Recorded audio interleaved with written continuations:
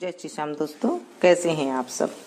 दोस्तों, जेठ के महीने में पीपल सींचने की कहानी सुनने से घर में अन्न धन का भंडार होता है और घर में सुख शांति आती है, अच्छा पुत्र होता है और जो लक्ष्मी है वो छन छन करती हुई आती है।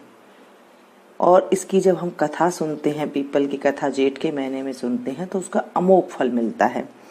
चलिए शुरू करते हैं पीपल की कहानी। बोलिए विष्णु भगवान की जय। एक ब्राह्मण ब्राह्मणी थे, वो दोनों पीपल सींचा करते थे। जब जवानी थी तो पीपल सींच लिया करते थे, कोई दिक्कत नहीं होती थी क्योंकि उनके कोई औलाद भी नहीं थी। और जब बाद में बुढ़ापा आ गया तो जब पीपल सींच के फिर भगवान को भोग लगाया करती, बामनी तो थक जाती थी। यूं कहती थी कि अगर घर में बहू हो तो मैं ये पूजा पाठ आराम से कर लूं, क्योंकि पीपल सींचने जाते तो वो 5 कोस दूर था, फिर जाते फिर आते थे दोनों। पूरी जिंदगी उन्होंने पीपल जो है सींचा। विष्णु भगवान का नाम लिया करते थे, लक्ष्मी माता का नाम लिया करते थे। बूढ़ी माई उदास रहने लगी बामणी, तो ब्राह्मण देवता ये देखकर बहुत ही मन में ये करते थे कि इसको कैसे ठीक करा जाए। ब्राह्मणी कहती कि कोई बहू ले आओ, और ब्राह्मण देवता हमेशा कहते कि बेटा बिना बहू कैसे ले आऊं। तो ब्राह्मणी कहती कि अपने पास तो इतनी धन संपत्ति है, आप कुछ ना कुछ करके ले आओ। तो ब्राह्मण देवता के मन में कुछ आया और उन्होंने कुछ आटा डलवाया, एक पोटली बनाई और उसमें 4 सिक्के, सोने की जो मोहर होती है ना, वो डलवा दी। चलते गए, 1 गांव गई, 2 गांव गई, 3 गांव गई। चौथे गांव में उन्होंने देखा कि 4-5 लड़कियां खेल रही है, तो वो उनके पास जाकर बैठ गया। देखा कि सारी लड़कियां घर बना रही है मिट्टी का और फिर पानी से भवा रही हैं, तोड़ रही हैं। उस घर को तोड़ दिया, बना लिया, पानी से भवा दिया। एक लड़की उसने घर बनाया तो सबने कहा तू भी तोड़। उसने कहा ना भाई, मैं तो घर नहीं तोड़ती, क्योंकि घर बहुत मुश्किल से बनता है, मैं इसे नहीं तोड़ूंगी। तो ब्राह्मण ने देखा ये लड़की बड़ी सियानी है, तो उसके पीछे पीछे हो लिए। जब सारी लड़कियां ने खेल खत्म किया तो सारी लड़कियां अपने अपने घर जाने को तैयार हो गई। तो सारी तो अपने घर चली गई। जब वो लड़की के पीछे पीछे गया और बोला तुम किस जात से हो, तो उसने कहा हम भी ब्राह्मण के घर से ही हैं। तो फिर ब्राह्मण देवता ने कहा कि मैं 2 दिन से भूखा हूँ और बेटा तू मुझे खाना खिला दे, क्योंकि मैं ब्राह्मण के घर का ही खाना खाता हूँ।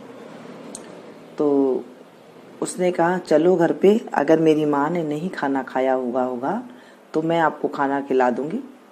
घर पे गई तो माँ को कहा कि माँ ये ब्राह्मण देवता आए हैं और ये 2 दिन से भूखे हैं, इन्हें भोजन दे दो। माँ ने कहा बेटा मैंने तो खाना खा लिया और अपने घर में कुछ है नहीं जो कि मैं खाना खिला दूं, आटा भी नहीं है जो कि मैं ब्राह्मण देवता को पोक के खिला दूं।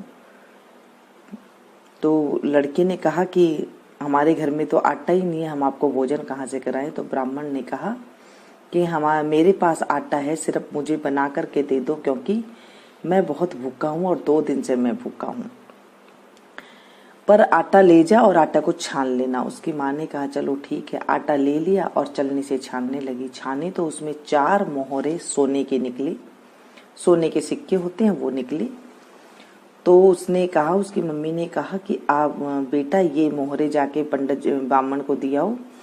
तो वो लड़की गई देने के लिए, तो उन्होंने कहा कि नहीं भाई, हमारे घर में तो बहुत धन संपत्ति है, आप ये रख लो। पता नहीं इधर उधर कहीं रख देते हैं, खूब धन संपत्ति है, जिसमें चाहो उसमें रख देते हैं, आप ये रख लो। उन्होंने रख लिया। इतनी देर में ही जो है लड़की के पिता भी आ गया, बातचीत की, खाना खाया, बैठे। फिर ब्राह्मण को पता लगा कि ये तो बहुत पैसे वाले हैं, मोहर रुपया वाले हैं, सोने वाले हैं। तो पूछा ब्राह्मण देवता आप आगे कहाँ जा रही हैं। ब्राह्मण ने कहा कि मेरे बेटे की सगाई करने के लिए मैं जा रहा हूँ। बेटा मेरा काशी जी पढ़ने गया हुआ है और 12 बरस बाद आएगा। तो ब्राह्मण देवता के मन में, लड़की के पिता के मन में जो है जिज्ञासा जाग गई कि मेरे तो लड़कियां हैं और ये इतने पैसे वाले घर में जो है मेरी बेटी का रिश्ता हो जाए। उन्होंने कहा ब्राह्मण देवता अगर आप चाहें तो मेरी लड़की है, आप उस लड़के के साथ विवाह आपके लड़के के साथ विवाह कर दूं मैं। ब्राह्मण देवता राजी हो गए, 1.25 रुपया नारियल दिया और बेटी को तिलक लगाया, सगाई पक्की हो गई। और कहा देखो कि मेरा बेटा 12 वर्ष बाद आएगा। कहा कोई बात नहीं, आप कर लें। घर में आए, फिर घर में थोड़ा दिन बीत गया तो ब्राह्मणी ने कहा कि फटाफट ब्याह करके ले आओ। तो ब्राह्मण ने कहा ब्याह की चिंता तो लग गई है, ब्याह कैसे करें, शादी कैसे करें, किसके साथ करेंगे। कहने लगे खांडा के साथ शादी कर देंगे, बात कर लो। ब्राह्मण देवता फिर से गए तो उन्होंने कहा कि भाई मेरा बेटा तो 12 वर्ष बाद आएगा और आप चाहो तो खांडे के साथ आपकी बेटी का ब्याह कर दो। बेटी का पिता भी राजी हो गया। इधर ब्राह्मण देवता जो है खांडे के साथ जो है ब्याह करके घर में ले आए। बहू आ गई, छोटी सी बहू, सारे दिन फिरती रही, काम करती रही, उछल कूद करती रही, छम छम करती रही। अब सारे दिन वो काम करती, अच्छा साफ सुथरा काम कर देती, ब्राह्मण ब्राह्मणी आती तो अच्छा भोजन खिला देती और इस तरह से टाइम बीतता गया। पहले के जमाने में क्या था कि आग ही घर में नहीं होती थी। एक दिन आग खत्म हो गई तो वो भागी भागी छोटी सी बिंदनी गई पास में पड़ोसन के पास कि पड़ोसन मुझे फटाफट से आग दे दे, मेरे सास ससुरा आने वाले हैं, उनको मैं भोजन पकाऊं, भोजन उनके लिए बनाना है। उसने पूछा कि तू किसकी बहू है। कहते मैं तो, मेरा तो पति 12 काशी जी पढ़ने गया है, मैं उसकी बहू। उन्होंने कहा कि हमने तो आज तक इसका बेटा देखा नहीं, तू इसकी बहू कहाँ से हो गई, ये तो तुझे ऐसे ही ले आई हैं। उसके कान भर दिए। वो आई, सारा सोलह श्रृंगार उतार करके धर दिया, एक सफेद सी साड़ी पहन के बैठ गई है और खाना वगैरह अलूना सा बना के रख दिया है। जो खिचड़ी है अलूनी सी बना के रख दी, यानी कि उसमें नमक नहीं डाला और जली हुई खिचड़ी बना करके रख दी। सास ससुर आए, देखा आज घर का कुछ काम भी नहीं हुआ है और खाना मांगा तो जली हुई खिचड़ी दे दी, अलूनी खिचड़ी दे दी। कहा कि बहू आज तो खिचड़ी में नमक नहीं है। उसने कहा कि मैं तो सदा की अलूनी हूँ, तुम्हें तो आज ही अलूनी खिचड़ी मिली है। क्या बहू आज तो खिचड़ी जड़ी बड़ी है। कहते मैं तो सदा की जड़ी बड़ी हूँ, आज आपको तो आज ही मिली है। उन्होंने समझ गए कि आज तो बहू को पराई सीख लग गई। कुछ नहीं बोले, बेचारी चुप करके बैठ गई। पता है कि बगैर बेटे के बहू लेकर के आई, अब क्या करें, अब किसको तो पता लग गया, अब क्या करें इस बात का। दूसरे दिन जब जाने लगे तो बहू ने पूछा कि आपने मुझे 6 कोठे की ताड़ी तो दे रखी है, 7वें कोठे की तो ताड़ी दे ही नहीं रखी, मैं कौन सी बहू हूँ आपको। तो नहीं बेटा हमने तो ऐसे ही नहीं दी, उसमें क्या देखेगी जा करके। तो नहीं मुझे तो 7वें कोठे की चाबी चाहिए।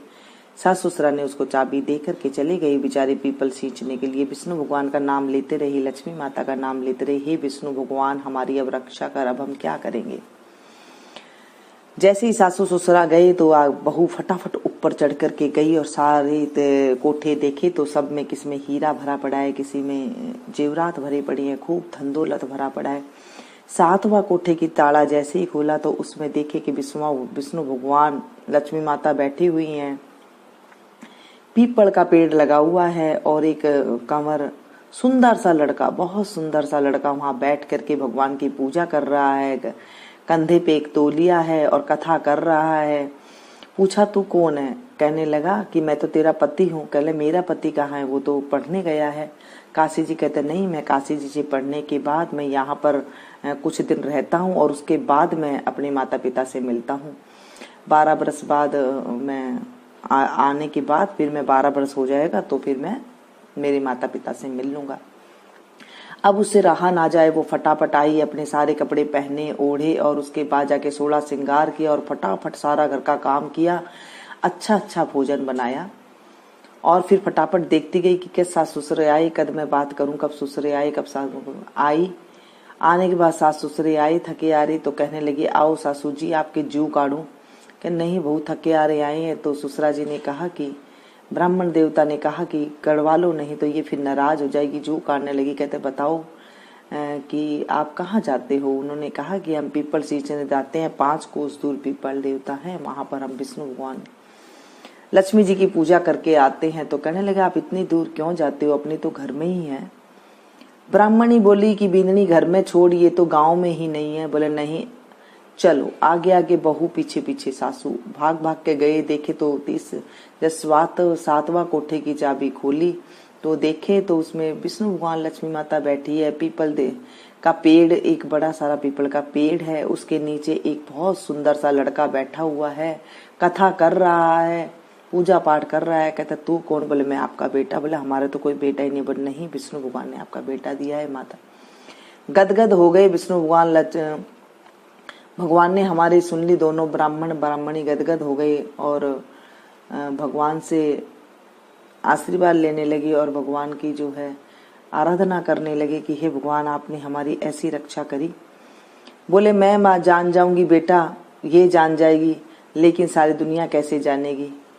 दूसरे दिन लोहे का आंगी पहन ली माँ ने। बेटा नदी के इस पार खड़ा हो गया, माँ उस पार खड़ी होगी। लोहे की आंगी में से ही दूध की धार बेटे के मुंह में चली गई। सारे गांव में हेला फेर गया कि सब कोई विष्णु भगवान की पूजा करना, जेठ के महीने में पीपल जरूर सींचना, इससे इतना ज्यादा धन दौलत आता है, सुंदर सा लड़का आता है घर में, सुंदर सी बहू आती है, अन्न धन से घर का भंडार भरा रहता है। हे पीपल देवता, जो आपको पढ़े, सुने और सुनावे, उसके घर में भी अन्न धन का भंडार देना। ऐसे ये कथा का महात्म है। पीपल सींचते टाइम पे दोस्तों एक चीज का ध्यान रखना चाहिए हमें कि हमें सुबह सूर्य उदय से पहले अगर हम पीपल सींच लेते हैं तो बहुत अच्छा होता है, क्योंकि सूर्य उदय के बाद पीपल को नहीं सींचना चाहिए। द्वादशी के दिन पीपल को नहीं सींचना चाहिए। शुक्रवार के दिन भी जो है पीपल को नहीं सींचना चाहिए। अगर आप शाम को सींच रहे हैं तो 6 बजे के बाद, आप गर्मी है तो उसके बाद आप जो है उसकी पूजा, जो दीपक जलाया जाता है वो आप कर सकते हैं। और अगर आप सूर्य उदय से पहले सुबह नहीं उठ सकते हैं तो आप 9 बजे से पहले जो है पीपल की पूजा कर सकते हैं, उसके बाद नहीं करनी चाहिए। पीपल सींचने के कई नियम होते हैं। पीपल सींच करके उसमें रोली, चावल, दीपक जलाते हैं, अगरबत्ती, धूप दीप सारी करें, फेरी देवें, तो उसका हमें बहुत लाभ होता है। जेठ के महीने में जब पीपल की कहानी रोज सुनी जाए तो उसका भी बहुत ही अमोघ फल मिलता है हम लोगों को। तो ये कहानी आज मैंने आपको सुनाई है, पीपल की कहानी जेठ के महीने की। पसंद आई तो प्लीज एक लाइक जरूर दें, इससे मेरा हौसला बढ़ता है, और आगे इसे जरूर ज्यादा शेयर करें, क्योंकि जो पढ़ता है, सुनता है और सुनाता है उसे भी जो है घर में अन्न धन भंडार भरा रहता है। उसके बहुत सुंदर पुत्र पैदा होता है घर में, और बहुत सुंदर जो है अच्छी बहू घर में आती है, धन दौलत लेकर के आती है, ऐसा कहा जाता है, हमारे ग्रंथों में लिखा हुआ है। मिलती हूँ मैं फिर से एक नई कहानी के साथ।